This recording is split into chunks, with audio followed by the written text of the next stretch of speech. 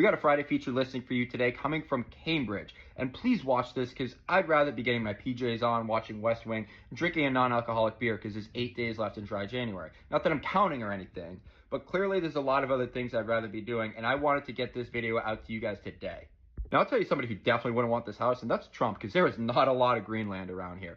However, it is ironic because it does have a very Nordic feel and look to it, and something I could definitely see up in the mountains of like Sweden or something.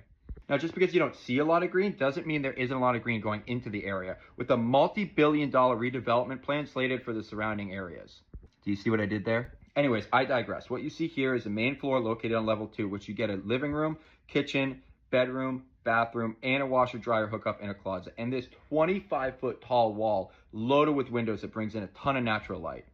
Now, I'll say, you might not agree, but this whole time it was giving bachelor pad vibes. If I had a better vision for this house, it'd be hella hoes back here, like a dolphin jumping out the pool, like just, Hennessy bottles everywhere. But because this is a family environment, this really got me thinking about, going half on a baby. Now, it definitely could be family environment, but what I'm getting is what he's saying.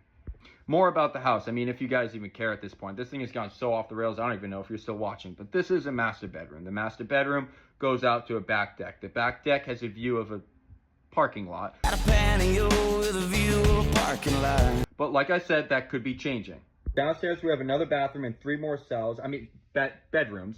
The basement is actually really nice because it can be closed off from the rest of the house. So if a bachelor can afford to live here, he can actually close the sliding door and Airbnb out these 3 bedrooms and never see anybody.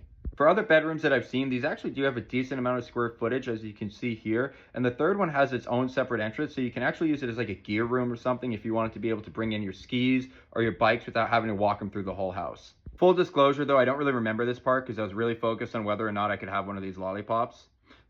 Don't judge, all right? I was really hungry. Now, it's really nice if you were to Airbnb these. You do have a separate washer and dryer hookup down here as well, and another. I'm going to show you the basement and then wrap up here, but before I do, I want to say this is one of those homes that has a great walking score and will only continue to get better as development continues. However, if you do have an addiction to Burger King, think twice because there is one right across the street. Now, if you actually want to see this house in person, there are 2 open houses this weekend, one Saturday, one Sunday, and I'll put the information for those in the comments below.